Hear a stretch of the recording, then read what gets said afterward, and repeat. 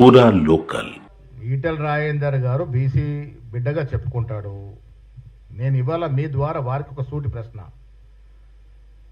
చిత్తశుద్ధి ఉంది కాంగ్రెస్ పార్టీ కాబట్టి 2 చట్టాలని అసెంబ్లీలో చేయగలిగినాము. ఒకటి స్థానిక సంస్థలో 42% రిజర్వేషన్ ఇస్తూ, ఒకటి విద్యా ఉపాధిలో. 2 ఎక్కడ ఆయన ఈటెల రాజేందర్ గారు?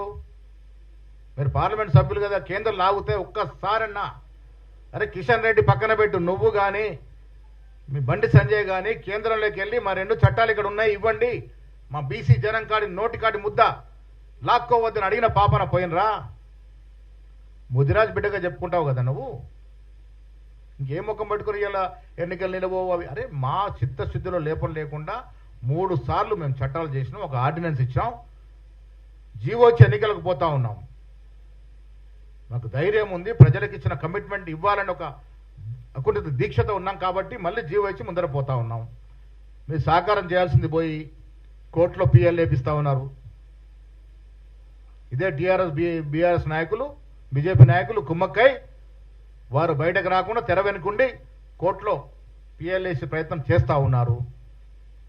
బీసీ బిడ్డల యొక్క నోటికాడి కూడును తలదన్నే ప్రయత్నం చేస్తూ ఉన్నారు బీజేపీ బీఆర్ఎస్ నాయకులు. ఎందుకు కేంద్రం దగ్గరికి వెళ్ళి అడగట్లే మీరు? ఇలా కేంద్రం దలుచుకుంటే ఒక రోజులో చట్టం అవుద్ది కదా, 42% ఓబీసీలకు వస్తుంది కదా, ఆ ధ్యాస ఎందుకు లేదు మీకు?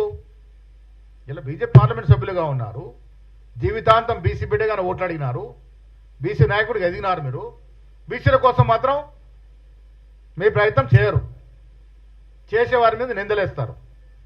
ఇలా కాంగ్రెస్ పార్టీ రేవంత్ రెడ్డి అయినప్పుడు కూడా మేమందరం కలిసి చట్టాలు చేయడం, కుల సర్వే చేయడం 1930 తర్వాత స్వాతంత్రం పూర్వం చేసిన కుల సర్వే తర్వాత మొట్టమొదటిసారి దేశంలో కుల సర్వే చేసిన ఘనత కాంగ్రెస్ పార్టీది.